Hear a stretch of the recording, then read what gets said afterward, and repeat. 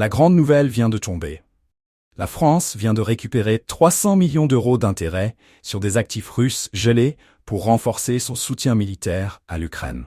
Cette annonce, faite par le ministre des Armées Sébastien Lecornu, s'inscrit dans un contexte où la guerre en Ukraine dure depuis plus d'un an et où chaque décision prise sur le front militaire pourrait peser lourd dans la balance des négociations futures.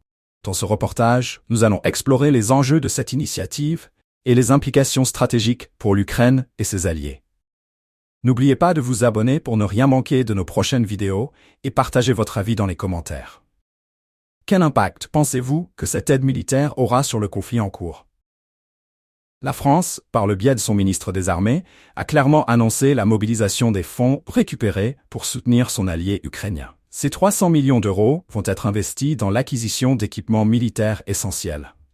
Parmi les achats notables, la France a commandé 12 nouveaux canons César, qui seront livrés en Ukraine dans les mois à venir. Ces canons, qui ont déjà prouvé leur efficacité sur le champ de bataille, viennent s'ajouter aux 60 canons César déjà fournis, avec une promesse d'environ 80 unités supplémentaires d'ici la fin de l'année 2024. Cette décision s'inscrit dans une stratégie plus large visant à soutenir l'Ukraine dans un moment critique. En effet, alors que Volodymyr Zelensky présente son plan pour la victoire à ses alliés, le ministre Lecornu souligne l'importance de ce plan pour préparer l'Ukraine à d'éventuelles négociations. Certains aspects de ce plan sont intéressants et méritent d'être travaillés, a-t-il déclaré, tout en précisant que cela témoigne d'une volonté de l'Ukraine de négocier dans des conditions favorables.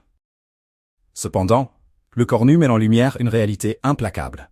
La Russie ne respectera que le rapport de force. Il est donc impératif de continuer à fournir à l'Ukraine non seulement des équipements militaires, mais également des garanties de sécurité. L'adhésion à l'OTAN est une option qui se profile à l'horizon, mais le ministre insiste sur le besoin d'aider l'Ukraine à construire une armée suffisamment forte pour dissuader toute agression future. Ce soutien militaire français, loin d'être anodin, représente un tournant dans l'engagement des pays occidentaux envers l'Ukraine. La dynamique du conflit pourrait évoluer rapidement si l'Ukraine parvient à renforcer son arsenal et à négocier avec une position de force.